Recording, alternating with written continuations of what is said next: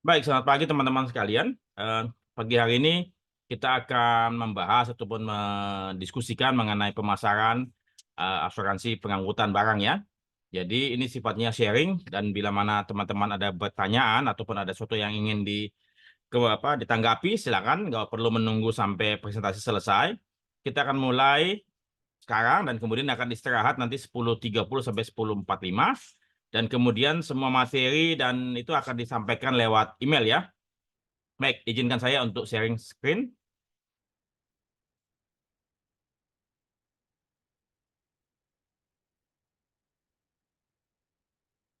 Sudah terlihat kah?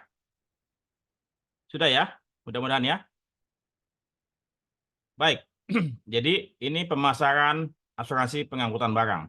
Tanggal 6 Juni tahun 2024. Kami mohon maaf pada waktu kemarin ada penundaan sebentar saat selama 2 minggu karena kami ada kegiatan tiba-tiba. Jadi kami mesti mundur sampai ke 6 Juni. Ya, kita akan langsung saja. Baik, ada 6 topik atau subtopik yang akan kita bahas hingga nanti siang ya. Pertama asuransi, apa kemudian kedua transportasi dan hukumnya, kemudian marine cargo barangnya sendiri itu bagaimana, kemudian sumber bisnisnya, dan kemudian bagaimana membuka pasar pengangkutan barang ini, kemudian apa yang kita bisa sampaikan, benefit apa yang kita mesti offer. Karena kalau katakanlah kita mau cuma memasarkan seperti yang disampaikan oleh kita punya kompetitor, sama-sama saja, nggak ada nilai tambah, ya saya pikir akhirnya kita hanya akan bersaing masalah harga. Ya, jadi sesungguhnya apa sih yang dibutuhkan oleh klien ataupun konsumen kita dalam asuransi pengangkutan barang ini? Kita pikirkan baik-baik. Karena selama ini terus saja kita lebih banyak kita nih bertarung, bersaing, berkompetisi dalam hal harga, ya. Siapa yang paling murah itu yang paling menang. Sesungguhnya tidak demikian. Semestinya tidak demikian juga. Ya, sesungguhnya yang harus yang kita harus kemukakan, harus tampilkan, tampakkan kepada atau tunjukkan kepada klien kita bahwa harga kita tidak murah, ya, tapi kita punya service, kita punya kondisi, dan kita punya pelayanan di belakang hari jauh lebih baik dibandingkan kita punya kompetitor lain ya, begitu. Jadi saya berharap mulai hari ini Anda semua tidak berpikir tentang harga murah. Karena kalau katakanlah how low can you go, berarti apa? Kayak rokok aja, seberapa murah kita bisa bersaing. Tidak ya. Kita akan coba lihat kembali. Baik, saya ingin coba sampaikan ya. Ini semua pemasar atau semua praktisi khususnya ya harus memahami ini asuransi. Ya. Jadi saya akan coba sedikit ulang. Mungkin Anda sudah pernah memahami, tapi kemudian bagi yang belum mungkin saya akan coba garis bawahi. Ya, kita refresh semua sama-sama supaya inilah kita punya kita punya jiwa, kita punya intisari bisnis asuransi. Kalau asuransi pengangkutan barang itu hanya salah satu line of business, tetapi ini yang akan menjadi pondasi kita dalam melakukan interaksi ataupun melakukan komunikasi, pemasaran dan penjualan segala macam. Ini yang kita mesti pahami. Pertama, ya, asuransi itu adalah barang yang tidak berwujud, ya, atau merupakan bisnis jasa, service. Tidak ada yang kita jual. Yang kita jual apa? Janji. Ya, yang kita jual apa? Polis. Polis itu hanya kontraknya. Ya, yang penting yang kita jual adalah janji. Janji apa? Janji akan memberikan ganti rugi kepada konsumen ataupun pemegang polis kalah di suatu waktu di masa mendatang terjadi kerugian yang diakibatkan apa? Oleh bahaya yang dijamin polis. Ya, jadi banyak konteksnya. Tadi janji yang tertuang dalam kontrak atau polis asuransi, di mana janji tersebut akan membayar ganti rugi akibat kerugian tersebut yang disebabkan oleh bahaya yang dijamin polis di masa mendatang. Jadi banyak elemen-elemen tersebut yang katakanlah kita mesti betul-betul pahami agar kita dapat menjiwai dan merasakan bagaimana kita menjual polis asuransi kepada masyarakat umum, ya. Jadi bukan cuma sekedar jualan polis selesai, enggak.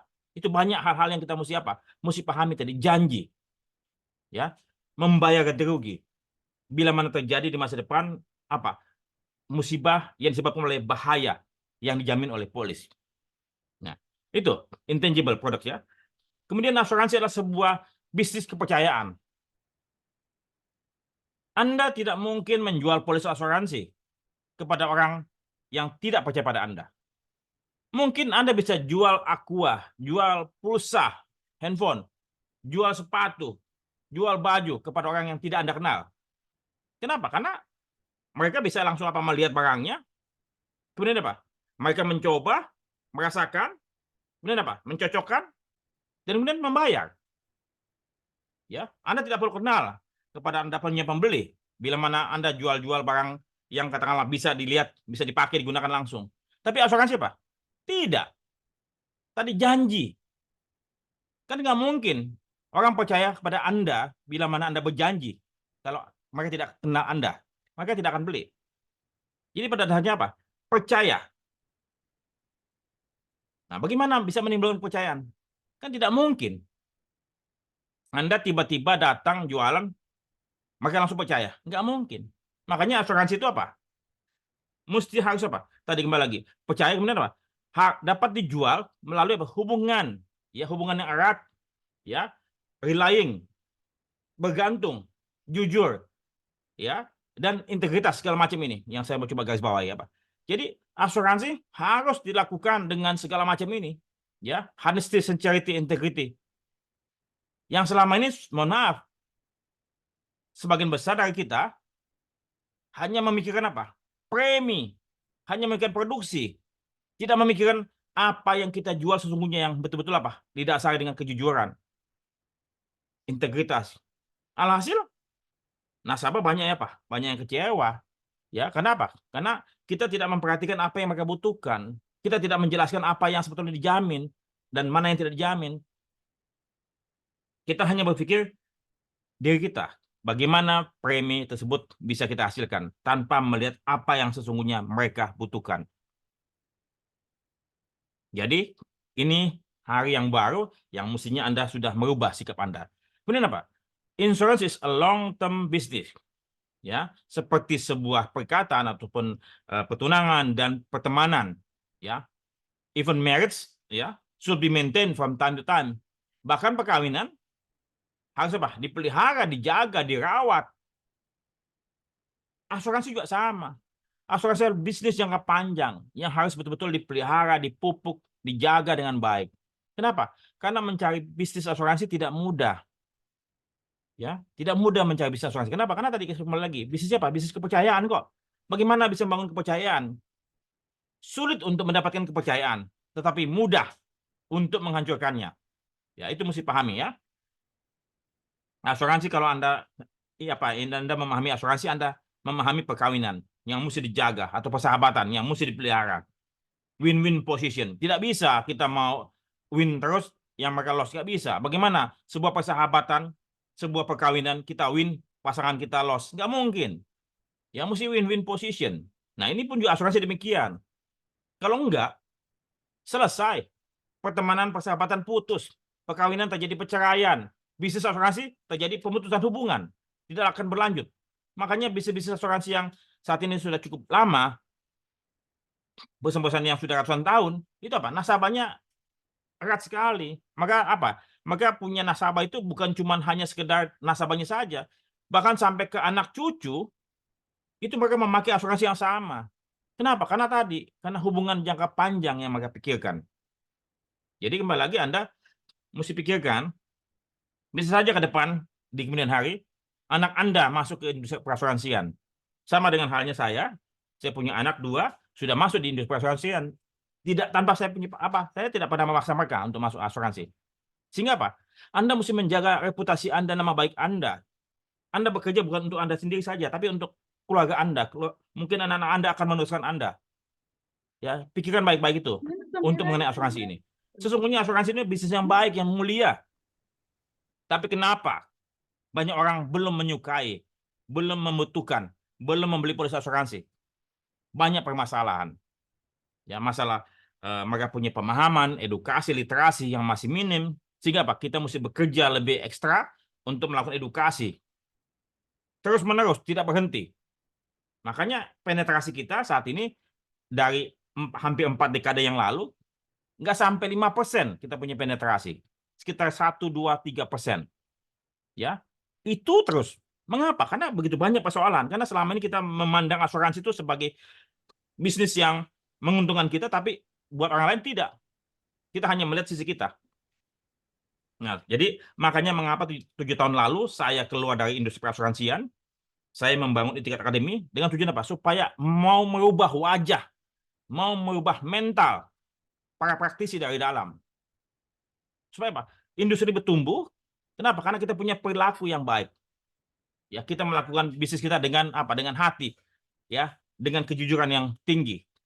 Saya percaya kalau katakanlah misalnya Anda punya service bagus, Anda punya pelayanan yang sangat dirasakan begitu manfaatnya, saya percaya Anda tidak perlu jualan capek-capek. Semua nasabah akan mencari Anda. Percaya sama saya. Coba Anda lihat perbedaannya. Bank saat ini, saya nggak akan menyebut nama. Bank mana yang Anda melihat servisnya bagus sehingga Anda memakai jasa bank tersebut terus-menerus? Ya, beda dengan bank lain. Nah, makanya Anda mesti berbeda dari cara Anda berperilaku, bertransaksi, berkomunikasi dengan prospek maupun dengan klien Anda. Ya, mudah-mudahan hari ini adalah hari yang 6 Juni tahun 2024 ya, hari baru buat Anda semua. Nah, kemudian selama ini pemasar, kalau katakanlah kita cari tahu ya, apakah hanya tahu jualan saja, tidak perlu tahu teknis. Bagaimana pemasar mau menjelaskan dengan baik? Bagaimana pemasar mau mencari tahu apa yang dibutuhkan oleh konsumen? Kalau dia cuma tahu kecap, tahu jualan saja, tahu ngomong doang, tapi isinya kontennya nggak ada. Jadi pemasar harus kompeten pula masalah teknis. Tidak mungkin pemasar bisa jago jualan kalau dia tidak punya ilmu teknisnya. Jadi apa? Di sini adalah ilmu teknis, ya dasarnya. Nanti kalau misalnya Anda mau belajar lebih teknis lebih dalam, bagaimana kondisi polis, kemudian bagaimana klausula-klausula yang bisa Anda tambahkan, kemudian bagaimana kalau terjadi klaim, Anda bisa jelaskan yang sederhana. Jadi pemasar harus tahu teknis juga, bukan cuma sekedar jago ngecap, tidak. Ya, Anda harus tahu teknis. Kemudian pemasar hanya fokus pada target produksi, tidak peduli dengan lainnya. Jangan, ya. Anda harus betul-betul fokus kepada customer Anda. Masalah rezeki, masalah produksi pasti menyusul. Ya. Jadi Anda mesti gali lebih jauh apa yang dibutuhkan konsumen. Apakah sesuai apa tidak? Jangan jualan apa yang kita ingin jual, tapi kita sampaikan produksi apa yang menjadi kebutuhan nasabah. Kita adalah solusi. Ya, kembali lagi, kita adalah solusi. Bukan menjual apa yang kita mau jual. Coba bayangkan, Anda sebagai konsumen, Anda membeli produk yang tidak Anda butuhkan. Pasti Anda apa? Kesal. Anda mungkin kecewa, mungkin Anda marah, dan Anda tidak mau lagi berhubungan dengan penjual tersebut. Jadi apa? Anda harus pelajari, harus memahami, know your customer dengan baik. Sebelum apa? Anda memberikan solusi. Jangan Anda diajari oleh perusahaan atau oleh siapapun, jual sebanyak-banyaknya. Tidak perlu Anda lihat kebutuhan konsumen. Nah, sebetulnya konsumen Anda cuma butuh 2, tapi Anda jual 5. Ya tentu nasabah, wah berarti lu cari premi doang sama gua. Tidak ya. Anda harus mengetahui dulu apa yang menjadi kebutuhan klien. Caranya gimana ya? Anda belajar bagaimana know your customer. Ini bukan suatu hal yang bisa Anda pelajari dalam waktu singkat, tapi Anda mesti jalani dan Anda harus praktekkan. Know your customer, ya. Pemasar tidak perlu mendidik klien. Tidak, ya. Harus dididik. Klien harus dididik dengan baik, perlahan-lahan, karena sebagian besar konsumen tidak memahami risiko yang mereka hadapi. Sehingga mereka tidak tahu jaminan apa yang diperlukan. Anda mesti edukasi dengan baik dari dasar. Nah, bagaimana pemasar bisa mengedukasi kalau pemasar sendiri tidak punya kompetensi untuk itu? Jadi, pemasar sebelum ke lapangan sebaiknya belajar terlebih dahulu lah. Ya, belajar. Cukup banyak pelajaran yang mesti digali. Supaya bisa mengedukasi. Kalau nasabah diedukasi, saya percaya nasabah akan berterima kasih dan kemudian diedukasi dengan baik. Selanjutnya apa? Ada awareness, ada timbul kebutuhan mereka akan asuransi, pengangkutan atau asuransi lain. Dengan sendirinya, Pak, dia bertanya, kamu jualan apa saja? Ada nggak jualan kayak begini? Ya, makanya Pak, kita harus mengedukasi. Ini yang saat ini apa kurang dilakukan oleh kita punya asosiasi, kita punya praktisi pengusaha, kurang melakukan edukasi. Coba Anda googling aja, searching aja, edukasi literasi asuransi. Tidak banyak perusahaan yang melakukan edukasi. Hanya 5 perusahaan. Itu pun juga apa? Setahun sekali. Bayangkan, coba semua perusahaan asuransi umum, sekitar 80 perusahaan, atau jiwa sekitar berapa? 40-50. Pialang asuransi hampir 200. Semuanya bersama-sama melakukan edukasi. Setiap perusahaan melakukan edukasi paling nggak sebulan sekali. Bayangkan berapa banyak masyarakat yang akan sentuh. Ini yang kurang kita lakukan. Anda bisa cek ke asosiasi Anda, ke perusahaan Anda.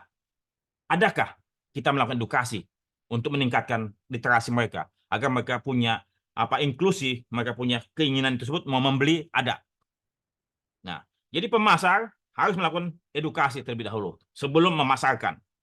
Ya, dididik nasabahnya dengan baik, begini. Habis itu ini ya Pak, kami lihat Bapak punya kebutuhan ini, kami punya solusinya. Barulah tawarkan itu. Jangan ujuk-ujuk langsung jual, enggak. Anda pemasar bukan ujuk-ujuk jualan. Anda pemasar harus tahu dulu nasabah. Ya. Kemudian pemasar fokus pada diri sendiri dan sekarang saja. Pemasar itu semestinya fokus jangka panjang. Anda tidak mungkin menanam pohon, hari ini tanam, besok langsung berbuah. Tidak. Anda fokus pada jangka panjang. Anda menanam hari ini. Anda memupuk, menyiram, ya, menjauhkan dari ilalang ataupun dari hama. Ya, kenapa? Anda sabar. Pasti saya percaya nasabah tersebut akan bertumbuh dan akhirnya mencari Anda, dan Anda akhirnya menikmati buah. Banyak broker, banyak perusahaan asuransi yang saat ini besar. Kenapa? Karena tadi melakukan itu fokus jangka panjang. Tidak hanya jualan, produksi tinggi, kemudian besok turun lagi. Dapat nasabah susah-susah, besok nasabah tersebut kecewa, pergi lagi. Coba Anda lihat.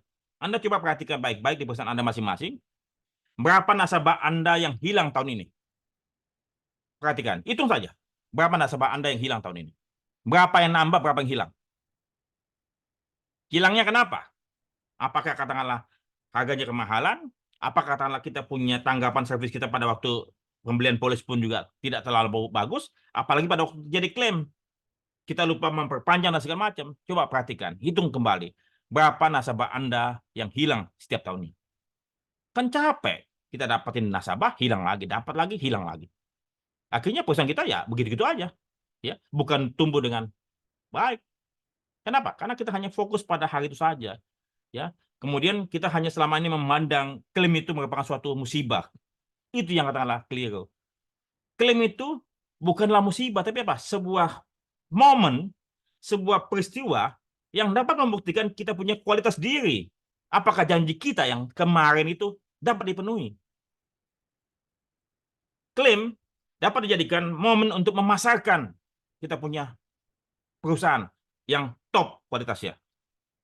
Kalau katakanlah kita melakukan pelaksanaan klaim dengan baik, nasabah puas, nasabah akan membeli kembali dan pasti akan mereferensikan Anda ke teman-temannya. Jadi apa? Anda tidak perlu capek-capek jualan. Artinya apa? Nasabah tersebut akan membantu Anda dalam pemasaran. Itu poinnya.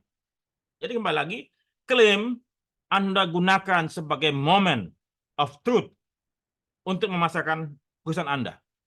Servis baik-baik, sesuai dengan janji Anda. Jangan sampai Anda dapat laporan klaim, Anda paranoid langsung. Ketakutan. Ketakutan Anda. Waduh, gimana nih? Kita jualan asuransi ya jualan janji, jualan klaim, bukan jualan polis. Nah, ini yang saya mau coba sampaikan kepada Anda semua sebagai pembuka. Ya, Anda punya pola pikir, cara pandang kita selama ini.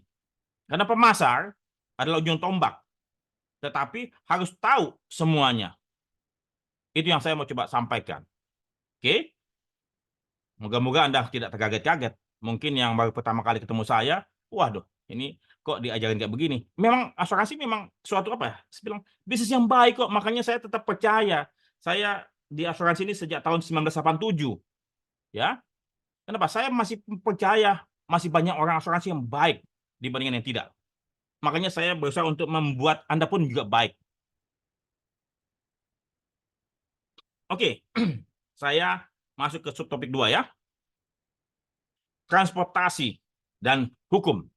Ya. Mengapa? Mengapa transportasi? Jadi gini, saya mau coba jelaskan. Kalau Anda pergi dari rumah, entah ke kantor, di hari Senin sampai Jumat, ya, kemudian mungkin Sabtu Minggu Anda pergi dari rumah juga, ya, Anda coba lihat di jalanan. Pernah nggak jalanan sepi? Di jalan tol, di jalan arteri, ya, pernah nggak sepi? Atau kalau misalnya Anda sering ke pelabuhan, lihat Tanjung Priuk, pernah nggak sepi Tanjung Priuk? Atau Anda ke terminal, ya, terminal Kampung Rambutan atau terminal bus yang lain, atau Anda ke Gambir, stasiun kereta api, pernah nggak sepi? Tiap hari orang lalu lalang, ya, tiap hari barang, ya, dikirim ke sana kemari.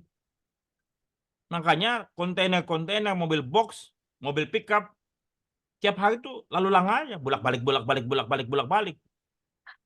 Kok nggak berhenti ya? Kok nggak apa ya? Nggak selesai. Jadi saya mau coba jelaskan. Transportasi adalah suatu apa? Suatu konsep atau cara, ya, yang dilakukan oleh manusia atau society untuk masyarakat dalam rangka apa? Memindahkan seseorang atau barang dari satu tempat ke tempat lain. Itu konsep transportasi. Ya. Memindahkan atau pergi dari satu tempat ke tempat lain.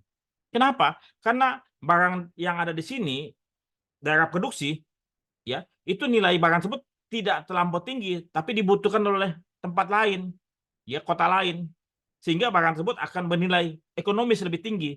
Nah, makanya mengapa ada ekspor impor, ada tadi transportasi lalu lalang barang. Kenapa? Karena satu daerah kayak Jakarta atau Indonesia tidak memiliki semua kebutuhan rakyatnya. Ya, jadi apa? Kita mesti tetap impor. Ya, kenapa kita mesti mengekspor? Karena ada barang-barang produksi Indonesia, ada kekayaan alam Indonesia dibutuhkan oleh negara lain. Kenapa? Karena tadi ada kebutuhan-kebutuhan dari suatu negara, satu kota, satu tempat akan barang-barang lain. Ya, coba bayangkan. Jakarta kan tidak ada sayur mayur kan? Kita sayur mayur kita dapatkan dari mana? Dari mungkin Puncak atau Garut atau daerah sekitarnya. Ya, kalau kita nggak tanda petik bawa sayur tersebut ke Jakarta, sana melimpah ruah, ya, tidak akan ada nilainya. Coba bayangkan Brebes, Tegal itu kan kaya ataupun produksinya bawang kan.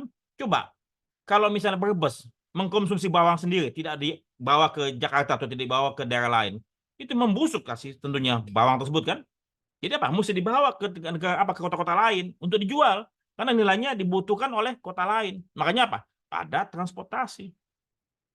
Intinya, transportasi adalah tadi perpindahan barang atau orang, ya, untuk apa? Dapat meningkatkan nilai barang itu sendiri karena dibutuhkan. Ya, jadi ekspor impor terjadi karena tadi ada negara yang membutuhkan barang dari negara lain. Itu transportasi. Ya, tapi kemudian ada hukumnya. Jadi kenapa? Jadi kenapa kita membayar? Ya, karena ada jasa yang dilakukan atau di provide, ya, oleh transporter, ya, entah itu kereta api, entah itu pesawat terbang, entah itu bus malam atau WOS yang kereta api cepat Jakarta Bandung, ya. Kenapa? Karena tadi ada jasa yang diberikan kepada orang lain, ya, untuk mengangkut orang atau mengangkut barang, ya, itu jasa memindahkannya, mengangkut atau mentransportasikan. Tapi selain ada uang, ya, kita bayar uang transport kan, ya, ada jasa kita ada. Tapi apa? Ada janji di situ.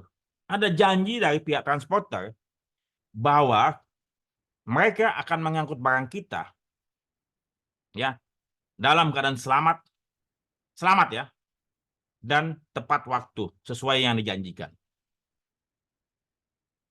Artinya kalau katakanlah kita sudah membayar kewajiban kita sebagai penumpang atau sebagai pemilik barang, itu kewajiban kita kan.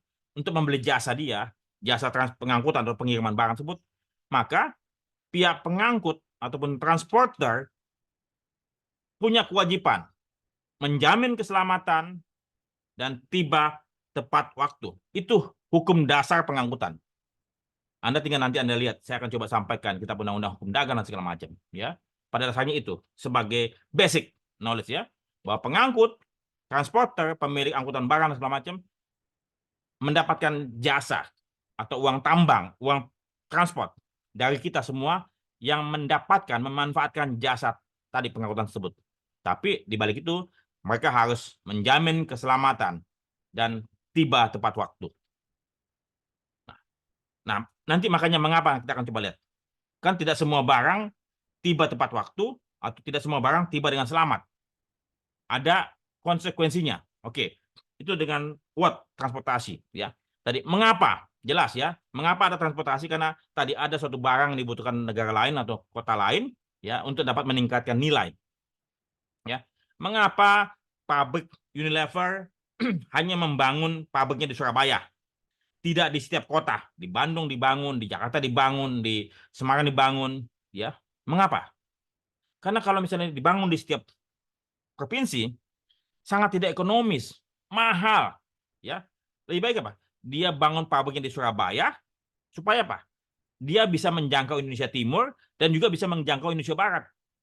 Dengan cara apa? Dengan cara transportasi. Daripada katakanlah membangun pabrik lagi, lebih baik apa? Transportasi dikuatkan, distribusi dikuatkan. Itu konsep ekonomis. Makanya mengapa tidak semua pabrik dibangun di setiap kota. Cukup di kota-kota tertentu sebagai pusat, kemudian didistribusikan ke kota-kota lain.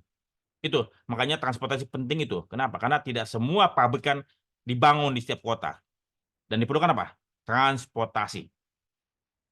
Oke, sampai sini mudah-mudahan Anda paham, ya. Kemudian, parties, ya. Parties adalah pihak-pihak yang terlibat, ya. Pihak yang terlibat dalam pengangkutan. Itu banyak. Nanti kita akan coba lihat, ya, gambarnya, ya. Tapi yang pasti ada tiga pihak utama. Tiga pihak utama. Pertama apa? Pengirim barang, ya, shipper atau sender. Kemudian transporter yang mengangkut barang itu sendiri, dan consignee atau penerima barang. Tiga pihak utama. Tapi nanti akan saya coba sampaikan ada pihak-pihak di tengah-tengah ini yang terlibat, yang tidak terlihat. Ya, kita akan coba lihat nanti. Kemudian kita akan bahas cargos, barangnya. Apa saja sih barangnya? Nah, sebagian besar saat ini Indonesia, di praktisi perasuransi Indonesia, ya, underwriter yang kita miliki di masing-masing perusahaan asuransi, kebanyakan apa? Underwriter di belakang meja. Mereka sebagian besar tidak tahu risiko apa yang mereka underwrite atau apa yang mereka analisa. Kenapa? Karena mereka tidak memahami jenis-jenis barang. Mereka tidak memahami jenis-jenis alat pengangkutan. Mereka tidak pernah terjun ke lapangan. Mereka tidak tahu pihak-pihak apa saja yang terlibat di pelabuhan. Sehingga apa? Mereka hanya berimajinasi, ya, bermimpi. Semestinya sebaiknya seorang underwriter harus memahami risikonya dan harus terjun ke lapangan. Underwriter property, ya, bagaimana dia tahu pabrik kalau dia tidak tahu, nggak pernah terjun ke lapangan, tidak pernah survei pabrik? Hasil apa? Cuma lihat gambar. Dia tidak tahu persis apa risikonya. Makanya saya bilang kita punya underwriter, itu underwriter belakang meja, underwriter hafalan, tidak tahu ilmu praktis atau tidak tahu ilmu teknis di lapangan. Dan sebaiknya setiap underwriter dibeda-bedakan. Properti sendiri karena begitu banyak variannya. Marine cargo sendiri, casualty sendiri. Jangan digabung. Karena beda-beda ilmunya. Ya. Dan kemudian apa? Rutes. Rutes artinya dari mana ke mana. Ya, nanti kita coba lihat, ya, dengan peta. Bagaimana itu bisa merubah, ya, rutenya sama alat angkutnya. Ya, tadi alat angkutnya bermacam-macam, ya. Kita akan coba lihat ke dalam. Oke. Tadi saya sudah jelaskan, ya. Suatu aktivitas kegiatan ekonomi dari seseorang dengan mengangkut atau memindahkan barang dari suatu tempat ke tempat lain untuk mempertinggi nilai ekonomi. Barang tersebut dibutuhkan di tempat lain, lebih dibutuhkan. Di mana dari pembelian tersebut pihak yang memindahkan mendapatkan biaya pengganti atau ongkos angkut. Fungsi pengangkutan memberikan nilai ekonomi. Ya, ini yang tadi saya sampaikan, memberikan nilai ekonomi, makanya perlu pengangkutan. Ya, ini kalau Anda coba sekali-sekali, Anda sebagai pemasar asuransi kargo ataupun Anda sebagai underwriter marine kargo, Anda harus ke pelabuhan. Anda mesti belajar ke pelabuhan.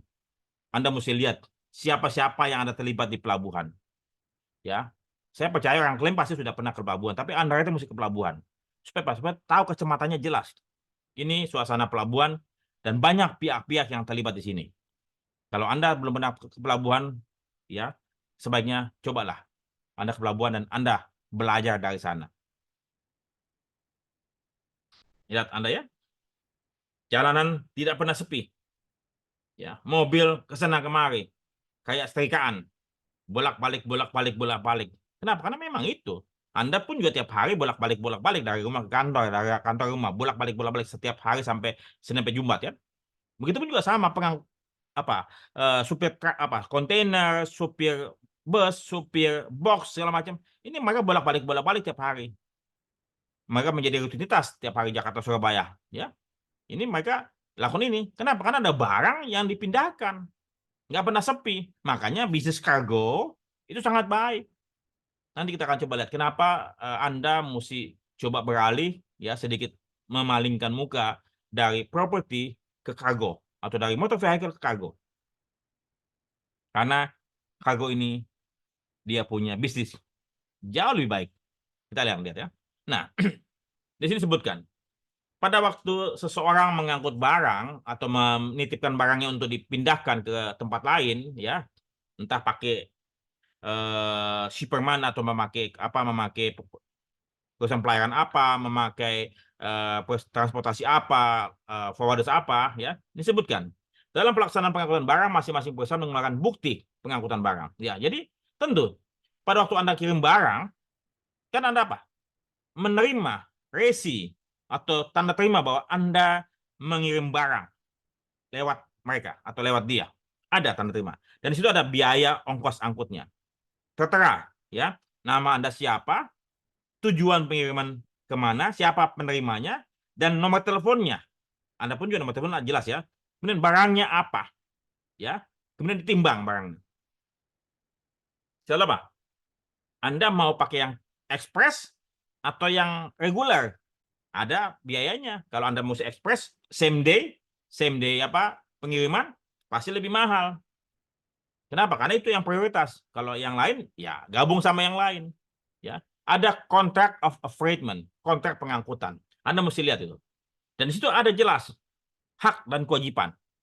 Tidak cuma kertas kosong, cuma itu doang, tapi ada di belakangnya Anda lihat hak dan kewajiban. Dan bila mana terjadi kerugian atau kecelakaan atau kehilangan, mereka punya tanggung jawab apa? Itu ada. Anda mesti pahami. Makanya kenapa seorang pemasar harus tahu teknis ini.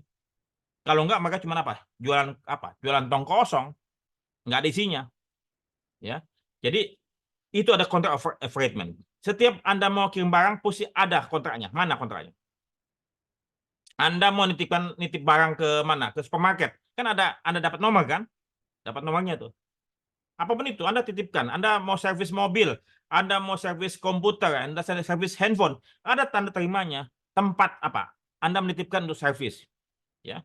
Anda jangan percaya-percaya saja, ya. Anda mesti minta. Anda mau ke stop and go, servis sepatu, Anda mesti minta, ya.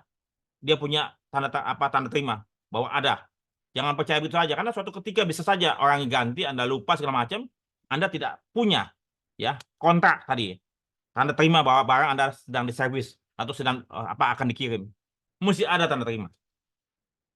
Oke. Nah, praktek pengiriman menggunakan angkutan laut pada umumnya bill of lading. Kalau angkutan laut, ya, bill of lading.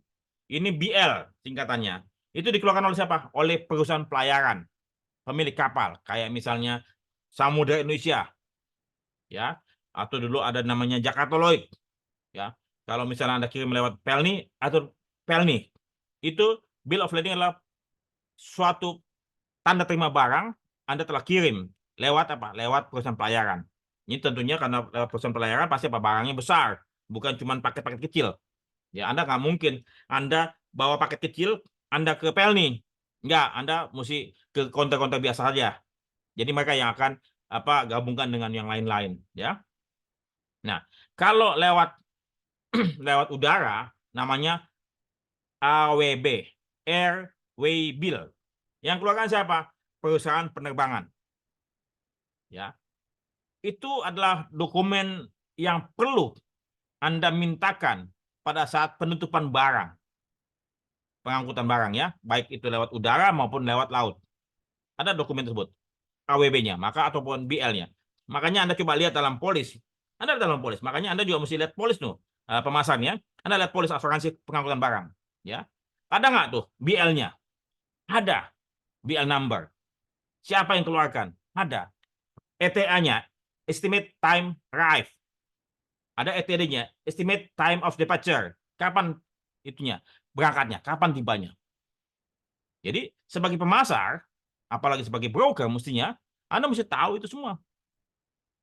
Anda coba lihat bill of lading. Anda baca bill of lading. Apa isinya bill of lading? Apa saja informasi? Secara umum, bill of lading isinya adalah siapa pengirim barang, di mana alamatnya pengirim barang. Kemudian apa? Siapa konsignee penerima barang, ya alamatnya sama nomor teleponnya. Kemudian apa deskripsi barangnya, apa yang mau dikirim, pakai apa? Kontainer. Kontainernya jenisnya jenis apa? Berapa feet? Jelas tuh. Apa isinya? Katakanlah 10 dos atau 10 crate kayu, peti kayu. Isinya apa? Jelas detail semuanya. Itu bisa dijelaskan. Tapi mungkin harganya nggak ada. Harga barang itu tidak tertera dalam BL atau tidak tertera dalam RW bill. Ya. Terteranya di mana? Di invoice. Ada juga tulis lagi packing list. Jadi di BL tersebut ada invoice nomor sekian. Tapi nggak disebutkan nilainya. Kemudian adalah packing list nomor berapa. Di BL tuh ada informasi-informasi tersebut. Di RW bill juga sama. Itu semua. Jadi semuanya clear. Makanya saya sampaikan kepada teman-teman semua, ya pada saya punya mahasiswa, saya punya peserta yang lain juga. Ilmu asuransi adalah ilmu logis, ilmu kehidupan. Ya, jadi Anda tinggal gunakan Anda punya pemikiran, Anda punya logika, ya. Bahwasannya apa? RWBL itu ya udah tadi nama pengirim barang, nama penerima barang, kemudian rutenya dari mana ke mana, tanggal berangkat, tanggal tiba, kemudian berapa kontainer isinya apa saja barang-barangnya segala macam. Itu. Tapi memang selain Anda punya imajinasi ataupun logika, Anda mesti lihat faktanya, Anda lihat dokumentasinya. Itu untuk membenarkan Anda punya tadi bayangan logika Anda dengan apa? Data atau fakta yang ada. Ya, sehingga Anda punya logika akan terbangun dengan lebih baik, ya. Nah, kemudian ada juga yang katakanlah surat jalan bila mana di pengalaman tersebut dengan jalan raya, ada namanya VIATA BL, International Freight Forwarders Association, bila menggunakan multimodal combined transport. Nah, multimodal transport ini kalau kan tentunya begini, ya. Anda atau pengusaha Indonesia mau kirim barang dari pengrajin kayu di Bali atau pengrajin kayu di Jepara yang mau dikirim ke Frankfurt, ke Jerman atau ke Jepang, ya tentu ada apa? Kan nggak mungkin kapalnya mendarat ataupun kapalnya ada di Jepara gitu kan? Pasti kapalnya mana? Di Tanjung Mas Semarang atau di Tanjung Perak Surabaya atau Tanjung Priok di Jakarta. Pasti apa? Ada pengangkutan daratnya, ya. Jadi katakanlah dia beli mebel kayu jati sekian banyak, ya kan, jati tersebut apa mesti apa dibungkus dengan apa, dengan kardus dulu kan, kardus diikat supaya tidak terbentur dan tidak lecet, diikat, kemudian setelah itu pakai apa lagi, pakai foam ataupun pakai bubble segala macam, ya, habis itu masukin ke peti kayu dibungkus supaya dia kotak begitu, tidak telanjang begitu saja. Habis itu kemudian apa? Ini kemudian baru dimasukin ke dalam kontainer atau kadang-kadang didoskan lagi pakai kardus supaya utuh kelihatan dan dikasih plastik wrapping supaya nggak basah. Nah, cara pembungkusan kargo pun juga ada ilmunya, ada standarisasinya. Ya, tidak semua orang tahu bahwa barang ini dibungkusnya bagaimana. Kan nggak mungkin dia punya mebel ada kardusnya yang kayak notebook, kan nggak mungkin, ya nggak ada, karena mebel itu ukurannya kan dari yang kecil sampai yang besar. Bagaimana sebuah perusahaan mebel bikin kardus kayak kardusnya laptop? Enggak. Jadi cara pembungkusan pasti beda, ya. Nah, jadi ada pihak-pihak yang terlibat tadi, selain tadi ya, ada kontainer, ada perusahaan tadi pembungkus segala macam. Kita akan lihat lagi. Ya, ini dokumen, ya, dokumen hukum, ya. Contract of Affreightment adalah dokumen hukum yang harus dimintakan oleh pihak dari pihak pengirim barang atau transporter. Nah, kitab undang-undang hukum dagang. Jadi saya ingin Anda coba juga belajar hukum, ya, karena asuransi adalah hukum, ya, kontrak adalah hukum, dan semua yang katakanlah kita lakukan bersinggungan dengan hukum. Jadi Anda juga mesti paham mengenai hukum supaya apa? Anda bisa melakukan pelayanan kembali kepada nasabah Anda bisa jelaskan, mengedukasi nasabah Anda dengan baik, karena Anda sudah punya pemahaman yang lengkap, ya, bukan cuma tahu teknis asuransi, tapi Anda tahu juga hukum-hukumnya. Sehingga apa? Nasabah Anda, wah, ini Anda ternyata kompeten, Anda ternyata profesional. Itu yang saya inginkan, ya. Anda apa? Anda belajar kitab undang-undang hukum dagang terkait dengan pengangkutan. Tapi pada intinya,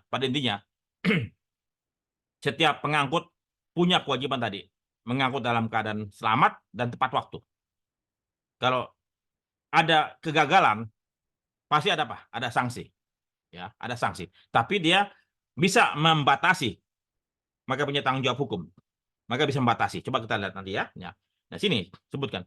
Pembatasan liability oleh shipping company ataupun transporter lainnya atas kerusakan dan atau kehilangan, ya, diangkutnya karena pihak transporter tidak mengatur. Jadi begini, jelasnya. Mengapa pihak perusahaan pelayaran kayak Samudra Indonesia bisa membatasi tanggung jawab hukum dia bila mana ada satu kontainer hilang atau barang-barang dalamnya rusak? Mengapa? Biasanya maka ada batasan tanggung jawab hukum, misalnya maksimum per kontainer sekian dolar, ya. Atau katakanlah nggak usah banyak-banyak lah, nggak usah jauh-jauh, tiki, ya, titipan kilat, ya. Maka mengirim TV, mengirim komputer dari Jakarta ke Surabaya, ya. Maka membatasi apa? Mereka membatasi tanggung jawab hukum mereka bila mana komputer tersebut jatuh, rusak atau hilang segala macam. Mereka membatasi apa? Maksimum berapa? 10 kali ongkos angkut. Ya, 10 kali ongkos angkut. Hanya 10 kali. Anda kirim notebook harganya 30 juta, Anda kirim barangnya cuma 300.000 dari Jakarta Surabaya, asuransi apa? Si tikinya hanya cuma ganti 300.000 kali 10 kali. Jadi apa? Cuma 3 juta. Walaupun notebook Anda 30 juta. Mengapa mereka boleh membatasi? Ini loh konsepnya. Mengapa forwarders, transporters, ya, itu boleh membatasi tanggung jawab hukum bila mana barang tersebut hilang atau rusak? Mengapa? Karena itulah hukum. Itulah hukum.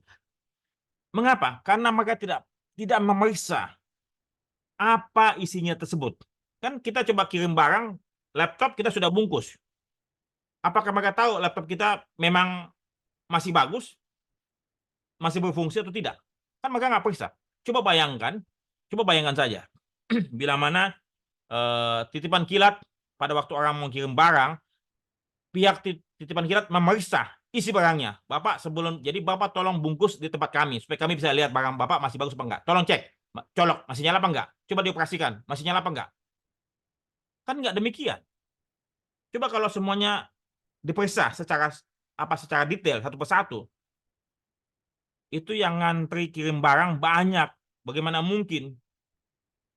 Jadi karena efisiensi, karena efektivitas, ya, sebagian besar barang tersebut sudah dibungkus di rumah, sebagian besar barang sudah masukin ke peti kayu, ya, masukin ke kontainer, ya. Pihak pelayaran atau pihak pengirim barang tidak lagi memeriksa apa benar isinya. Apa benar isinya masih baik apa tidak? Tidak kan? Mereka tidak periksa. Sehingga apa? Mereka diperbolehkan membatasi, ya, tanggung jawab hukum mereka maksimum 10 kali. Itu, ya. Tapi itu Indonesia, mungkin di negara lain ada juga kebijakan hukumnya. Jadi mungkin masing-masing negara berbeda-beda. Tetapi pada dasarnya kalau hukum internasional antar negara, ya, antar negara, Anda mesti pelajari, ya, Marine Insurance Act, ya, International Airworthiness Regulation, Bill of Lading, dan lain-lain yang terkait antara pelayaran ataupun pengiriman antar negara. Karena kita tidak bisa pakai hukum Indonesia kalau itu antar negara. Yang memakai hukum Indonesia adalah transportasi di dalam negeri saja. Tapi sudah melewati negara lain, tidak boleh kita pakai hukum Indonesia. Yang berlaku apa? Hukum internasional yang disepakati bersama oleh semua negara, ya, WTO. Ya. Oke, ini sementara sampai saat ini. Apakah ada pertanyaan dari Anda semua? Oke, mudah-mudahan Anda mendapatkan insight, mendapatkan suatu pemahaman ya. Dan saya akan coba pelan-pelan ya. Dalam dasar hukum ini selalu berubah ya. Jadi hukum kan, kode hukum kita siapa yang bikin? Ya kementerian, eksekutif bersama dengan Dewan Perwakilan Rakyat sebagai legislatif kan. Itu produk hukum. Dan ini pasti berubah ya. Dan kemudian mungkin kalau Anda di industri keuangan ataupun di asuransi, Anda juga pasti tahu dong bahwasannya kita punya pihak otoritas selalu mengeluarkan hukum ya. Ada peraturan, ada surat edaran ya. Hukum selalu apa? Bertambah, berubah. Ya, jadi Anda mesti apa? Mesti ikuti, khususnya bagian legal. Tapi pemasar, Anda juga harus tahu dasar-dasarnya dulu. Ya. Dan hukum-hukum ini pada umumnya tidak berubah cepat, ya, tidak berubah dengan cepat, ya. Tapi hukum di perasuransian itu berubah dengan cepat. Setiap tahun ada yang berubah. Tapi kalau hukum transportasi tidak setiap tahun, ya. Nah, ini Tiki yang saya sampaikan, saya jelaskan tadi ya, bahwasannya Tiki tidak melihat isi barangnya, tidak melihat apakah barang tersebut masih bagus atau tidak, tidak melihat apakah masih utuh apa enggak dia punya screen laptopnya, atau dia punya layarnya masih bagus apa enggak pecah atau enggak ada bintik-bintik ya. Nah, makanya kalau hilang atau rusak, maka pihak Tiki hanya mengganti 10% ongkos angkut, 10 kali ongkos angkut. Oke. Nah, tapi kemudian saya ingin coba sharing juga pada Anda semua, karena saya pun juga menangani juga klaim kargo ya. Jadi begini, barang tersebut sudah dibungkus, ya, barang tersebut sudah dibungkus, di packaging dengan baik. Kalau Anda misalnya pernah beli laptop, tentu Anda tahu ya, laptop tersebut Anda dibungkus bagaimana. Biasanya di luarnya di wrapping plastik ya, karena barang elektronik peka dengan air atau lembab atau basah ya, itu ada wrapping dengan plastik. Kemudian Anda buka plastiknya, kemudian ada kardus karton yang membungkus sesuai dengan besaran laptop Anda. Biasanya laptop Anda kan tipis, tapi kardusnya tebal. Kenapa? Karena di dalamnya ada apa? Ada gabus ya, ada styrofoam atau apapun yang untuk kalau misalnya terbentur itu aman, atau goncangan barang tersebut aman ya. Itu komputer atau laptop, gimana barang kimia ataupun barang obat-obat chemical yang dimasuk dalam kapsul ya, yang tidak boleh goncang kencang ya. Makanya dia ada kadang-kadang ada pair yang bisa menjadi stabilizer, yang menjadi shock absorber ya, yang ada goncangan dia yang nahan. Itu pun nggak boleh, mesti hati-hati. Makanya Anda mesti memahami kargo yang akan Anda angkut ya. Tidak semua kargo tersebut aman buat diangkut, khususnya barang-barang chemical ataupun obat-obat ya. Nah, jadi setelah itu laptop tersebut ya ada foam ataupun ada gabus ya. Kemudian setelah itu di laptop tersebut masih dibungkus plastik juga, di wrapping lagi. Ya, ataupun mungkin bahkan ada bubble gum di situ, gum itu ya, bubble wrap ya, gitu ya. Nah, itu bungkusnya. Anda mesti perhatikan. Seringkali pada waktu katakanlah Anda nanti ini bagian pemasaran, Anda mesti tahu juga. Misalnya nasabah mengajukan klaim atas barangnya rusak. Nah, Anda mesti perhatikan. Oke, barangnya rusak. Anda mesti lihat langsung. Apakah packagingnya, pembungkusnya mengalami kerusakan atau tidak? Kalau packagingnya masih utuh, masih bagus, tidak ada sobek, tidak ada bekas tancapan forklift dan segala macam, maka tidak mungkin barang tersebut rusak. Laptop ya.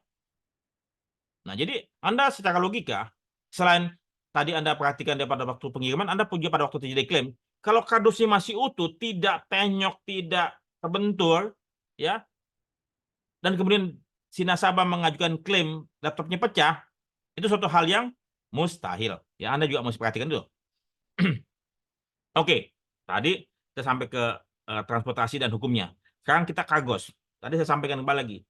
Kargo kita banyak yang kita angkut ya. Adalah bentuk solid, padat ya. Padat, tapi ada padat juga ada dalam bentuk bulk. Ya, bulk ini seperti gandum, seperti semen, Ya, ini curah ya. Seperti jagung, seperti mungkin beras, ya kalau masih curah atau apapun yang dalam bentuk curah. Ya, tapi solid, padat, tapi curah, ya. Kopra mungkin, ya. Anda mesti perhatikan, Anda mesti pastikan, ya. Kadang-kadang kita para pemasar ini ataupun para underwriter pun kadang-kadang nggak memahami tapi lantas memberikan tarif atau memberikan rate, ya. Coba Anda mesti perhatikan. Anda pernah nggak lihat ataupun kalau misalkan nasabah Anda ingin mengasuransikan UPS, uninterruptible power apa supply, atau mau mengasuransikan baterai, ya. Nah, Anda mungkin konteksnya kalau Anda ataupun Anda cuma tahu baterai kecil, baterai ABC atau baterai Energizer, atau tadi storage, ya, storage ataupun data penyimpanan data, ya.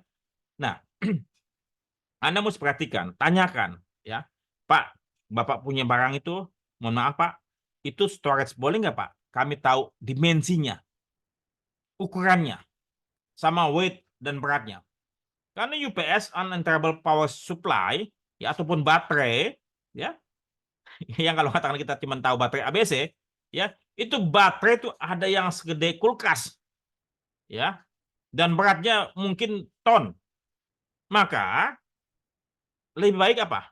Pak, mohon maaf, ya, ini baterainya atau barangnya apa mereknya Pak? Mereknya apa? Saat ini Anda sangat terbantu, ya. Ada internet, Anda tinggal tanya barangnya apa, mereknya apa, tipenya apa. Anda tinggal searching ke googling, ya, lihat dimensinya, dia punya lihat weight-nya. Kalau dulu yang saya lakukan sebagai marine underwriter waktu saya kerja di Allianz, ya, saya minta kepada mereka data spesifikasi. Tolong di fax. Dulu masih ada fax. Terus sekarang udah nggak ada fax lagi. Ya, semuanya pakai email. Tolong Pak di fax dimensinya, tolong spesifikasi ya, spesifikasi detail. Jadi saya mengetahui dimensinya, saya mengetahui dia punya beratnya, sehingga kita menganalisa kalau barang tersebut berat, maka apa? Barang tersebut harus diangkut dengan special vehicle atau special crane. Tidak bisa pakai buruh bangunan atau buruh biasa saja yang ngangkut begitu. Atau pakai forklift nggak bisa. Mesti pakai special crane. Karena forklift ada maksimumnya. Nah, jadi Anda ataupun underwriter Anda mesti memahami jenis kargonya. Dan biasanya ada buku, ya, buku yang dikeluarkan oleh mungkin Lloyds, ya, buku mengenai kargo. Ya, di situ ada pelajaran penting. Saya pernah punya waktu zaman dulu, ya, cargo damage goods, ya. Jadi barang-barang kargo yang biasanya diangkut oleh pengangkutan dan kemudian disampaikan sifat-sifatnya, dia punya karakteristiknya, kemudian apa yang berbahaya yang akan dialami situ, ya. Kemudian bagaimana itu. Jadi akhirnya kita sebagai underwriter, sebagai pemasar tahu, wah, ternyata bahayanya ini. Bagaimana? Berarti rate-nya lebih tinggi atau lebih rendah? Ini cara menentukan, bukan lantas semua kargo semua tarifnya sama, enggak.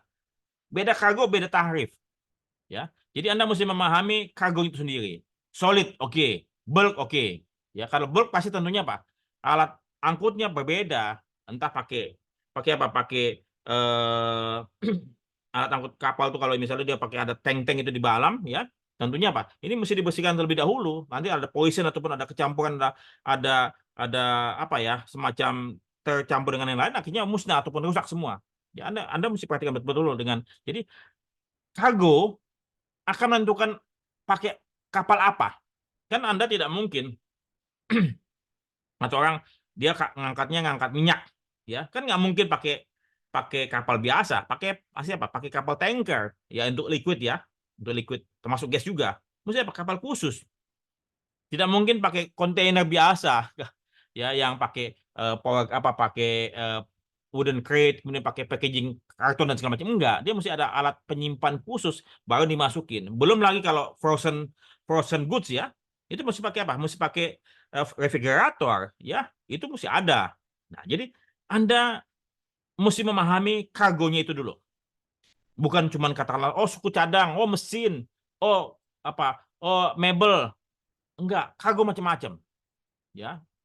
Kalau tambang batu bara saja biasa, ya. Tapi kalau sudah ngangkut livestock, biasanya livestock ya, ini dikecualikan ya, livestock dikecualikan untuk katakanlah cattle ataupun sapi, domba ataupun ternak, itu biasanya dikecualikan. Namun pasti ada yang mesti bisa. Kalau katakan semua pengangkutan ternak dikecualikan, siapa yang mau menanggung? Kan nggak mungkin. Mesti ada yang menanggung juga sendiri, menanggung bersama-sama. Ya, jadi itu tantangan. Nah, jadi kemudian kayak misal tadi angkut ternak, wah misal dari Australia ke Indonesia, ke Jawa misalnya, kan ternak ini kan nggak bisa hidup begitu saja, mesti dijaga dia punya suhunya, dijaga dia punya makanannya, siapa yang jaga, mesti alat angkutnya apa, itu kan mesti detail ya. Anda mesti pahami dan Anda bisa searching di Google supaya apa? Anda tahu risikonya. Frozen food, dia mesti disimpan dalam kulkas ataupun refrigerator yang besar, mesinnya apa yang bagus. Ya, bagaimana memelihara menjaganya supaya suhu tersebut terjaga. Ya, kemudian siapa perusahaan pengangkutnya? Dan kemudian sampai di tempat kita, apakah refrigerator tersebut dipinjam juga atau dikeluarkan dipindahkan ke kita punya alat transportasi daratnya. Nah, ini Anda mesti kuasai dengan baik supaya apa? Supaya Anda tahu risikonya. Karena risiko Anda berbanding lurus dengan premi yang Anda bebankan. Nah, ini alat-alat angkutnya. Tentu, mengapa saya tanyakan kepada Anda, mengapa asuransi marine cargo lewat laut itu lebih mahal dibandingkan dengan asuransi lewat udara? Mengapa? Mengapa lebih mahal lewat laut dibandingkan udara asuransinya? Karena lewat laut waktu pengirimannya panjang, lebih lama. Jadi risikonya lebih lama. Sementara lewat udara itu cuma same day, 1 hari selesai. Kalau lewat laut, Jakarta Jepang mungkin perlu 5-6 hari. Ke Eropa mungkin perlu 10-15 hari. Ya. Kalau ke Amerika mungkin perlu bisa saja 1 bulan. Saya nggak tahu lagi, udah berubah. Waktu zaman saya punya ayah membawa kapal dari Jakarta Jepang itu 10 hari. Tapi saat ini mungkin karena kapalnya sudah lebih baik, lebih cepat ya, navigasi segala macam lebih bagus, mungkin lebih singkat. Dulu 10 hari saya ingat. Ya dari Jepang ke Jakarta 10 hari. Tapi sekarang udah mungkin lebih cepat 5 hari. Dulu waktu saya dari Jakarta ke Makassar naik Pelni itu perlu 2 hari 2 malam. Ya. Sekarang mungkin lebih cepat. Ya, karena kapal tadi lebih cepat juga kan? Ya. Jadi ini Anda mesti pelajari ya skema. Nanti kita akan coba pelajari skemanya, bagaimana skema tersebut bisa berjalan ya. Tapi yang pasti kalau lewat laut maupun lewat udara pasti ada pengiriman daratnya. Ya, nggak mungkin tidak. Karena sampai di pelabuhan, apa iya cuma di situ saja? Udah nggak ada risiko lagi kan? Tertanggung, perlu apa? Perlu pengiriman barang dari pelabuhan sampai ke mereka punya gudang. Entah di Jababeka, entah di HMM, entah di Pulau Gadung, ya, atau entah di tempat lain. Maka apa? Perlu ada risiko pengangkutan daratnya juga kan?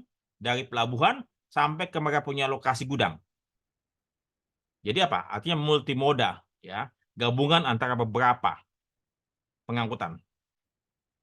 Oke, sampai sini. Ada yang mau tanya, teman-teman? Halo, masih on kah? Halo, Siap, masih online, Pak. masih oke. Mudah-mudahan saya pikir saya sedang bicara sendiri dengan dengan alat ini. Ya, oke. Terima kasih teman-teman. Ya, semoga Anda mendapatkan insight ya. Oke. Dokumentasi. Ya, Anda juga mesti tahu ya masalah dokumentasi. Ya, kalau Anda mungkin punya sepeda motor, Anda sudah tahu dokumentasinya apa. Ada BPKB, ada STNK, dalam BPKB ada faktur, ada surat pembelian dari showroom, ya. Kemudian apalagi ada Ada faktur yang diterbitkan oleh ini ya, pemegang merek ya, kayak misalnya Yamaha ya Yamaha. Kalau Suzuki mungkin yang keluarkan Indomobil ya, itu. Kalau Toyota yang keluarkan Astra. Ya biasanya kalau Anda beli mobil baru ataupun motor baru pasti ada dokumen tersebut. Ya biasanya BPKB-nya lebih lama kalau tidak salah STNK dulu keluar ya, BPKB-nya diproses lebih jauh oleh pihak showroom ke kepolisian untuk dicatatkan ya bahwa itu Anda atas nama Anda ya. Itu dokumen. Mobil pun juga sama serupa ya. Kalau misalnya Anda sebagai kepala keluarga ya, Anda menikah dengan seseorang, tentu ada apa? Ada dokumen. Dokumen apa? Akta nikah. Entah dicatat sipil atau di KUA. Ada dokumennya. Kan Anda tidak mungkin nikah tanpa dokumen. Bagaimana mungkin Anda nikah tanpa dokumen?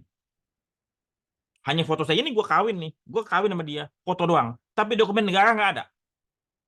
Ya. Nah, makanya saya sarankan kembali semuanya pakai dokumen. Ada dokumen nikah. Habis apa? Ada kartu keluarga. Kartu keluarga. Ada KTP. Itu dokumen kita sebagai warga negara, sebagai rakyat. Ya. Ada akta kelahiran. Ada KTP. Ada kartu keluarga kalau kita sudah menikah. Ya, tentunya ada akta nikah. Dan catatan sipil. Ini semua membuktikan insurable interest. Ya, Anda sebagai orang asuransi harus tahu bahwasannya seseorang bisa mengasuransikan anaknya atau istrinya dengan bukti apa? Dengan dokumen tadi. Dokumen membuktikan ini gue bisa mengasuransikan bini gue loh. Karena dia tercatat ya, gue surat nikahnya ada, kakaknya ada. Ya. Itu bukti bahwa kita punya insurable interest. Kalau Anda tidak punya bukti, Anda mengasuransikan seseorang yang Anda bilang itu istri Anda, mana buktinya? Nggak bisa foto. Adalah dokumen kenegaraan, dokumen sipil. Itu dokumen. Nah, sama juga dengan pengangkutan barang harus ada dokumen. Nah, dokumen apa saja? Ya. Nah, biasanya nanti kan saya akan lihat pola dia punya transaksi. Ya. Pasti ada apa? Ada transaksi antara seller and buyer. Dokumennya apa? Sales contract. Itu loh. Kalau Anda beli barang apapun itu ada sales contract. Ada kontrak penjualan. Ini untuk penjualan yang cukup besar ya. Tapi kalau Anda cuma beli sesuatu di Indomaret atau di Alfamart, ada apa bukti pembayaran ya. Anda telah membeli barangnya macam-macam, harganya sekian ya. Kemudian itu dia punya apa namanya skrip atau nota ya. Kemudian Anda bayarnya pakai apa? Pakai debit atau segala macam, ada struknya keluar jepret ya. Jadi ada bukti pembayaran, ada barang-barang yang Anda beli. Itu adalah dokumentasi. Ya, Anda sekarang ngisi bensin atau ngisi BBM, ada struknya. Dulu pakai nota kosong, isi aja sembarangan. Makanya dulu mungkin compliance-nya nggak begitu bagus. Tapi kalau sekarang Anda ngisi bensin di Shell ataupun di Vivo ataupun di BP Petroleum ya itu ada struknya. Dan itu tidak bisa dimakap. Tapi kalau ada pompa bensin yang masih pakai nota biasa, yang pakai tulisan tangan, itu yang rentan dengan markup. Ya, jadi tolong dokumen tersebut Anda butuhkan. Pertama, sales contract. Sales contract ini nanti saya akan coba lihat dia punya bagannya. Yang pasti harganya, ya, ada yang namanya ex-works. Itu loh Anda coba pahami. Ex-works. Jadi gini, kalau Anda beli barang di pabrik langsung datang ke pabriknya, dan kemudian pasti harganya tersebut akan lebih murah. Kenapa? Karena Anda beli di pabrik dan kemudian apa? Anda bawa sendiri barangnya tersebut dari pabrik tersebut. Jadi pabrik hanya mengeluarkan invoice bahwa Anda telah membeli barang dan barang diambil dibawa sendiri. Itu. Ya, itu ex-works. Jadi harganya pasti lebih murah. Ya, karena kita beli barang di pabrik, kemudian kita bawa sendiri barangnya dari pabrik tersebut. Itu yang pertama, ex-works. Jadi kita ngambil di pintu pabrik, ya.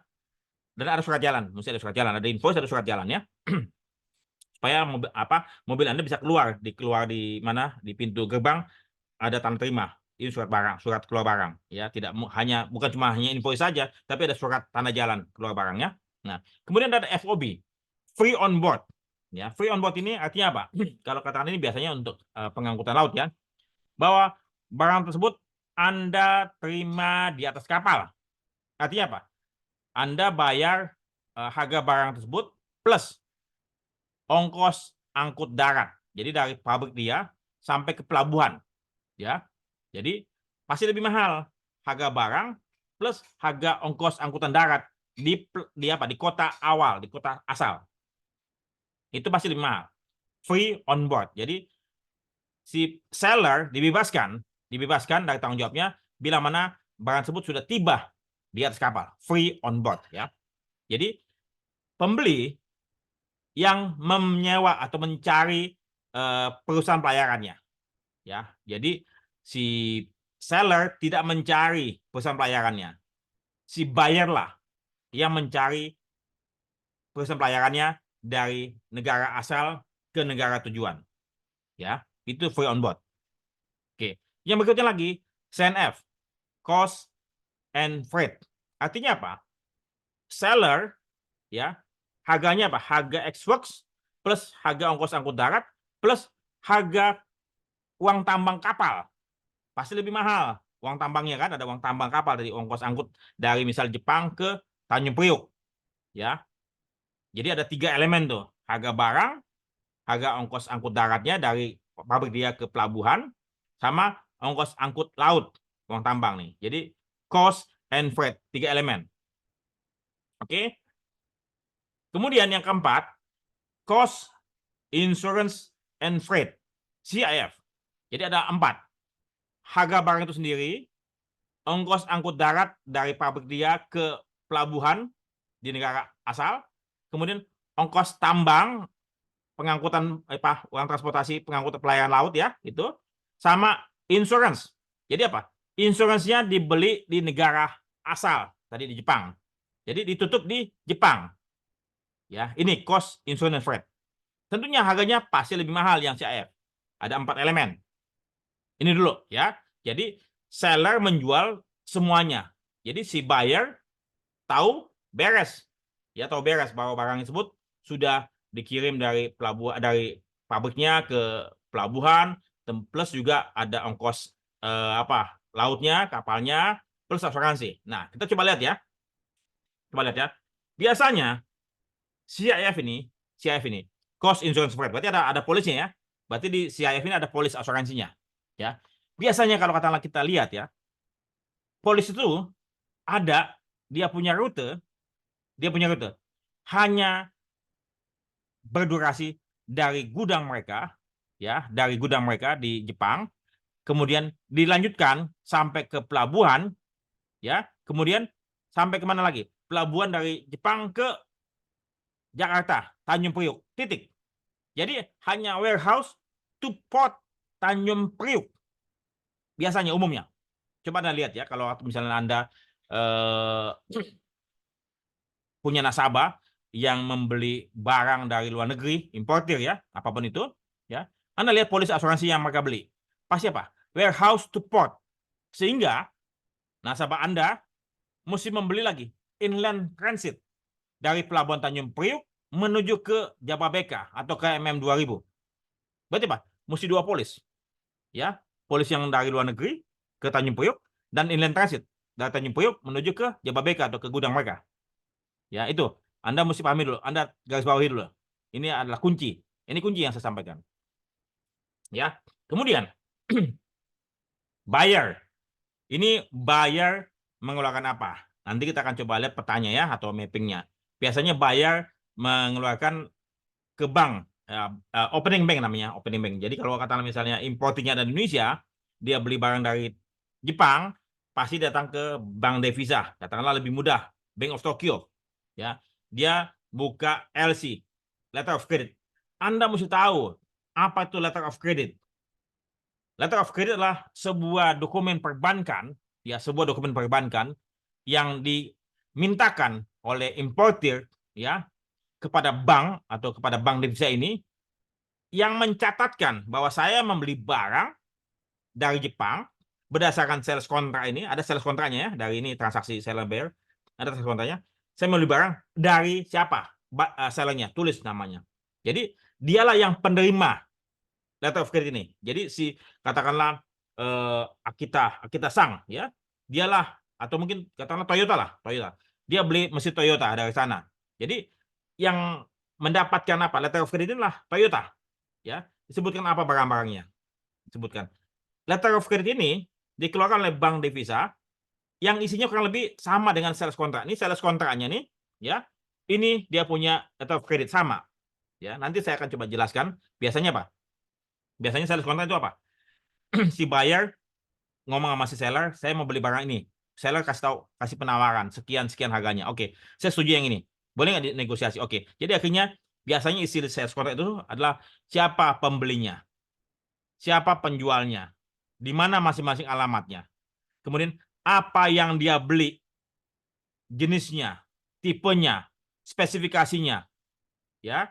Kemudian dia punya detail barangnya. Kemudian apa? Kemudian sampaikan berapa unit barangnya, packagingnya bagaimana, siapa yang ngangkut, berapa harganya, ya. Kemudian apakah dikirim sekalian apa dicicil? Ada partial shipment, ya. Kalau katakan misalnya beli let's say 1000 unit mesin, tentu kalau misalnya si Toyota ini bisa menghasilkan 1000 unit langsung dan ada kapal yang bisa mengangkut 1000 unit mesin ini, that's fine. Ya, tapi seringkali si buyer ini minta supaya kalau bisa nggak usah nunggu Pak, tolong dikirimkan apa yang ada dulu supaya saya lagi butuh cepat. Jadi akhirnya disepakati dalam sales contract tersebut bahwa partial shipment is allowed. Artinya apa? Pengiriman sebagian diperkenankan, ya, tergantung speednya ataupun kuota ataupun hasil produksi dari Toyota. Kan Toyota bukan dia punya pembeli kan bukan cuma dari Indonesia saja, tapi dari seluruh dunia ya misalnya. Katakan dia bisa membuat untuk Indonesia sebulan 250 unit, ya berarti kalau 1000 unit dia hanya bisa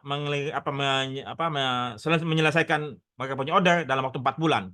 Jadi nanti di LC-nya tersebut yang dikeluarkan di bank disebutkan partial shipment is allowed. Jadi apa? Ada beberapa kali pengiriman.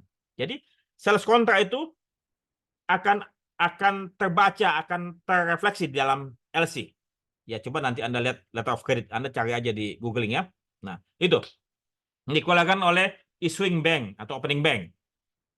Kemudian Bank of Tokyo atau BOT punya kantor pusatnya di Tokyo kan. Jadi disebutkan kantor pusatnya sana adalah advising bank atau correspondent bank. Itu dulu ya. Nah, biasanya buyer punya rekening di bank tersebut biasanya. Ya, karena dia sudah apalagi importer yang EU ya, importer umum ya yang rutin membeli barang ya. Itu yang dikeluarkan oleh buyer, yang diminta oleh buyer ya kepada bank. Oke. Kemudian dokumen apa yang dikeluarkan oleh seller? Invoice, faktur, dan packing list. Ya, ini yang dikeluarkan oleh seller. Tapi biasanya ya ada dokumen lain ya, umumnya ya ada bill of lading. Ini bill of lading adalah yang dikerjakan oleh seller tapi dikeluarkan oleh pihak perusahaan pelayaran. Ya, perusahaan pelayaran yang keluarkan bill of lading tadi Samudra Indonesia atau mungkin perusahaan pelayaran internasional yang lain, mungkin Mars Line atau apapun ya, gitu ada. Kemudian ada namanya Certificate of Origin. Certificate of Origin dikeluarkan oleh kementerian terkait ya atas barang tersebut. Ya, biasanya itu ya. Kalau katakanlah misalnya sapi, ya berarti Kementerian Perdagangan ya atau Kementerian Peternakan kalau dari Australia ya. Kalau gandum ya Kementerian Pertanian. Jadi ada Certificate of Origin. Ada juga namanya Marine Surveyor ya, yang survei barang tersebut ya.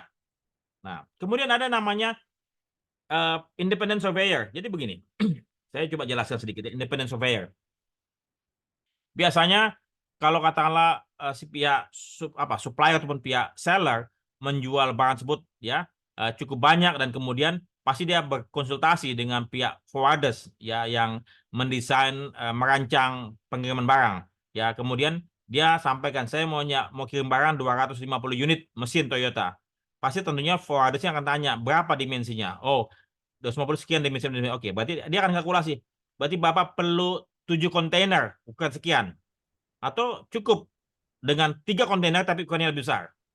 Oke? Nah, kemudian si buyer ini meminta kepada seller, saya minta dilakukan independent surveyor. Jadi ada independent surveyor yang datang ke sana, kayak di Indonesia namanya ada Sokovindo atau apapun ya, tapi kalau di Jepang saya nggak tahu ya. Jadi ada independent surveyor yang di Jepang sana ya, tentunya yang pasti grade A ataupun yang top 3 ya. Yang datang ke sana, dia yang menyaksikan barang tersebut di packing, barang tersebut dihitung jumlahnya dan pada saat dimuat ke dalam kontainer. Jadi ada namanya Certificate Independent Surveyor. Ya, India lah yang memverifikasi bahwa barang tersebut sudah dimasukkan ke dalam kontainer. Ya, karena langsung disegel, langsung masukin bawa ke kontainer, dibawa ke pelabuhan, dan di pelabuhan bea cukai hanya percaya saja Ya, kalau ada kecurigaan, mungkin baru dia akan buka dia punya kontainer lagi kan. Tapi kalau sudah jelas siapa pengirimnya dan ada dokumennya LC dan segala macam si pihak buyer sana, itu biasanya langsung diotorisasi. Nah, kemudian apa? Kalau tadi dia beli di sana, beli di Jepang, insuransi beli di Jepang, maka ada insurance policy atau polis asuransi yang diterbitkan oleh perusahaan asuransi Jepang. Ini dokumentasi yang perlu Anda pahami, ya. Saya percaya dokumentasi ini pasti akan ada lebih banyak lagi ya, bila mana barang tersebut lebih spesifik ataupun lebih rentan, ya. Karena ada barang-barang yang katakanlah tidak boleh keluar dan mesti ada izin dari misalnya suatu lembaga terkait, ya. Karena ini barang-barang ini adalah barang-barang yang terlarang, misalnya katakanlah misalnya opium ataupun narkoba, ya, untuk kebutuhan rumah sakit, ya, untuk kebutuhan kesehatan. Pasti apa? Ada dokumen lain, ya. Atau katakanlah import senjata, misalnya katakanlah TNI import senjata, pasti apa? Ada dokumen lain yang dibutuhkan. Jadi dokumen tersebut tentu berbeda dari satu jenis barang ke jenis barang lain. Tapi pada umumnya ini, itu loh, ya. Nah, saya ingin coba sampaikan, mungkin kalau misalnya memang Anda mau mempelajari lebih baik asuransi pengangkutan barang, ya, Anda belajar di Kementerian Perdagangan mengenai pelajaran ekspor import, ya. Saya pernah belajar ekspor import pada waktu saya menjabat sebagai eksekutif, ya, belajar di Kementerian Perdagangan di mana di Grogol situ, ya. Itu selama berapa hari Anda mempelajari ini siapa-siapa ya saja pihak tersebut, kemudian apa saja regulasinya, apa saja tanggung jawabnya segala macam, ya. Tapi secara singkat saya hanya coba menyampaikan. Nah, yang tadi saya sampaikan, EXW, ya, Xworks, ada namanya FOB, Free on Board atau Port, ya. Ini tadi saya sebutkan CNF, tapi saat ini sudah berubah. CFR, Cost and Freight. Kemudian CIF, Cost, Insurance and Freight. Ya, jadi pada umumnya ada 4. Ya, di sini sea and inland waterway transport, ya. Sementara any mode of mode transport. Kalau sini kan laut nih, ya, nggak adanya, makanya nggak ada airway bill, nggak ada OEB, ya. Ini di mana tanggung jawabnya? Anda lihat tuh yang abu-abu, ya, abu-abu tersebut, ya. Export packaging, ya, seller, ya. Ini Anda mesti belajar lebih detail. Ya, semakin ke sini, ya, bayarnya semakin tanggung jawabnya makin kecil. Kenapa? Karena dibayar lebih mahal, ya. Ya, semakin ke kiri, sellernya semakin sedikit tanggung jawabnya. Kenapa? Tadi kan Xworks, si buyer membeli barang beli barang di pabrik, ya. Jadi apa? Si buyer lah yang cari loading charges-nya, dia cari delivery to port-nya yang biru nih, ya. Kemudian dia mesti ngurus export duty taxes segala macam.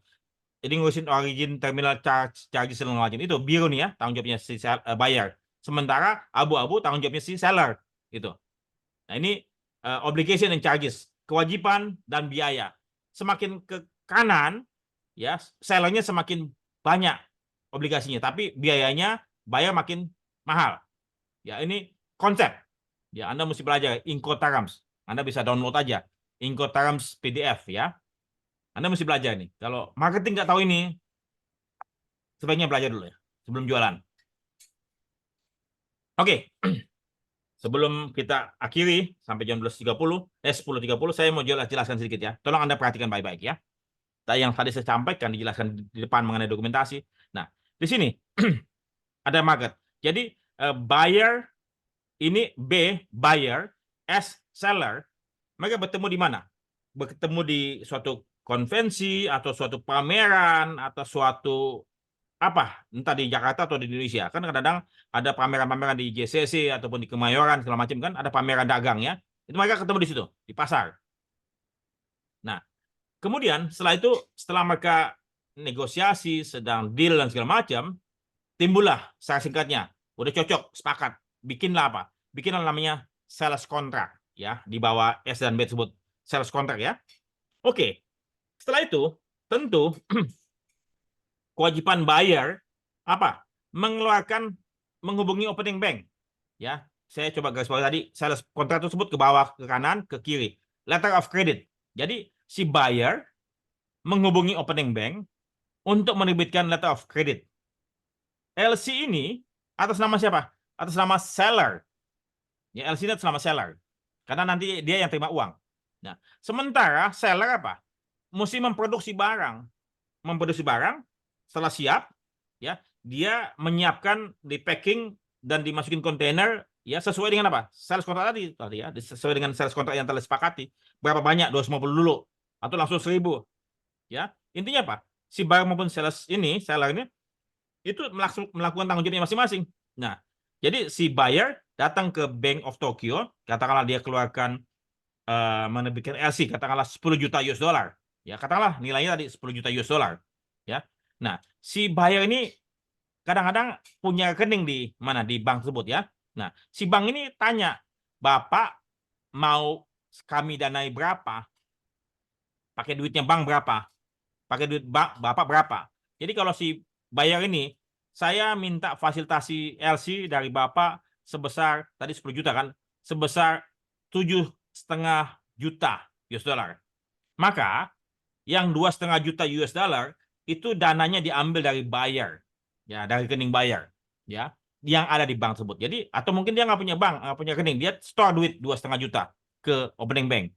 Nah, sisanya 7,5 juta itu sebagai apa? Pinjaman dari bank. Itu kena bunga, dikenakan bunga. Selain ada biaya administrasi dan macam, yang 7,5 juta tersebut ada biayanya, ya, karena dia pakai fasilitas bank. Nah, setelah dibuka LC-nya, opening bank di Jakarta atau BOT di Jakarta akan menghubungi BOT di Jepang. Nah, tentunya si buyer kan sudah punya tadi letter of credit.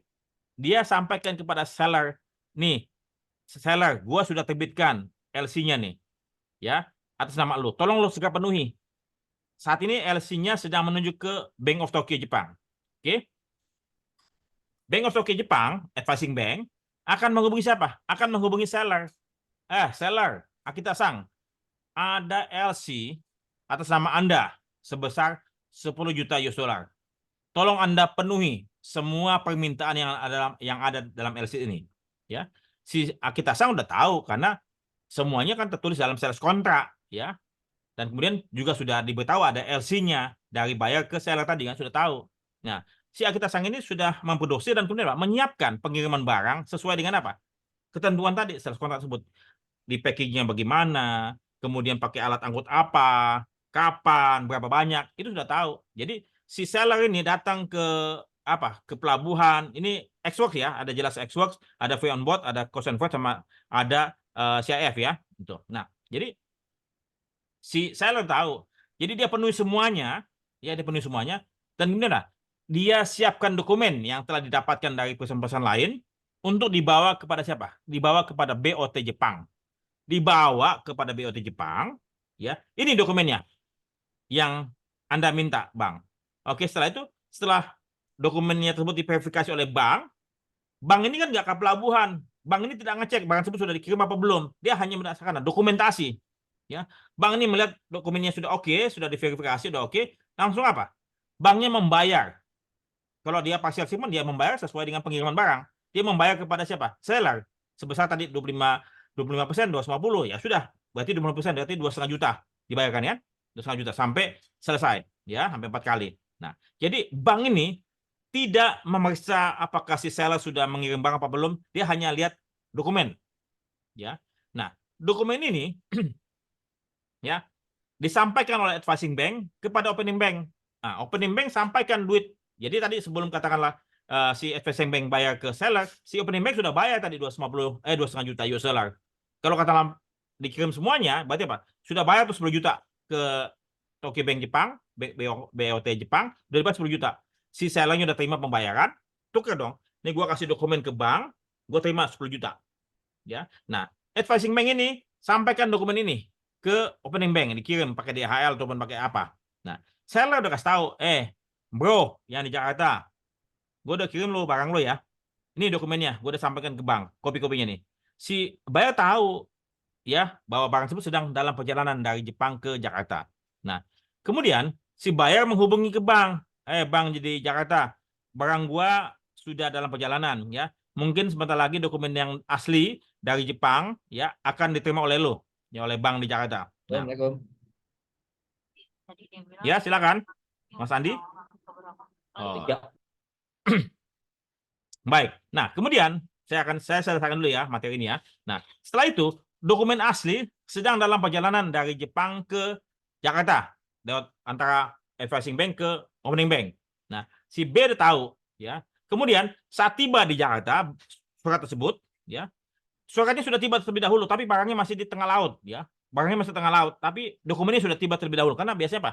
Dokumen dikirim lewat udara ya, lewat udara paling 1-2 hari sudah nyampe, sementara kapal masih dalam perjalanan laut ya. Nah, opening bank sampaikan ke buyer, buyer, dokumennya sudah terima nih, tolong lu tebus, lu bayar sisanya.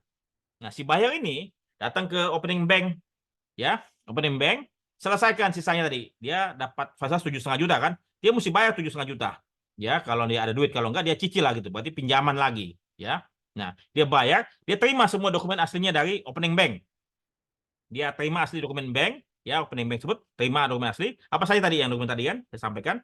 Dia tahu barangnya tersebut belum tiba di Tanjung Priok.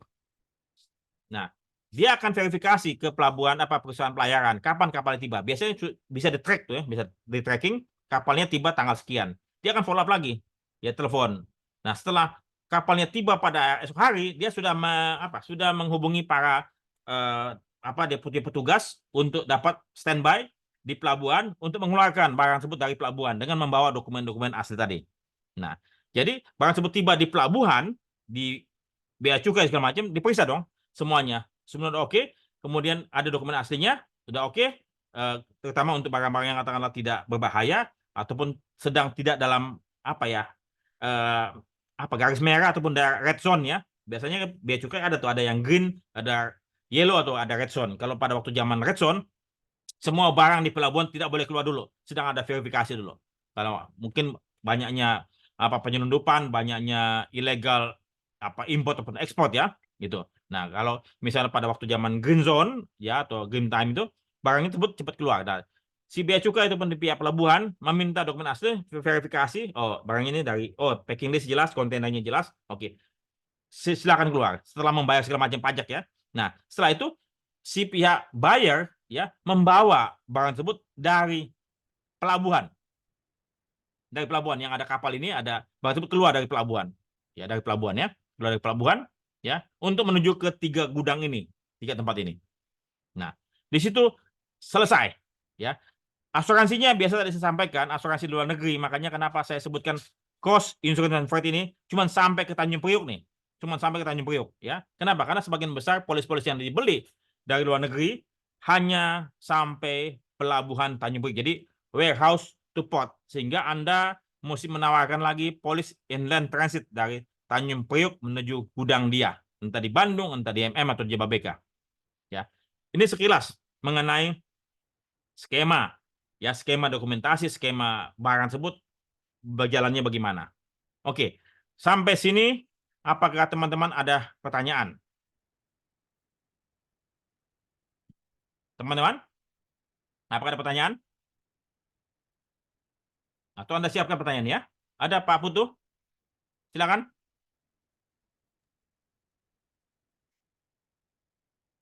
Belum ada ya? Kalau ada, tapi suaranya tadi nggak terdengar Pak Putu tadi. Bapak, ya, masih belum terdengar. Mohon maaf Pak Putu Setiawan. Kameranya ada tapi suaranya tidak masuk. Oke, karena waktu sudah menunjukkan 10.29 ya, 10.30 bentar lagi. Jadi izinkan saya kita rehat sejenak 15 menit ya. Nanti 10.45 kita akan kembali ke ruangan ya, teman-teman ya. Oke, Pak. Terima kasih banyak, sampai jumpa nanti ya 10.45. Makasih. Ya, Makasih, Pak. Terima kasih.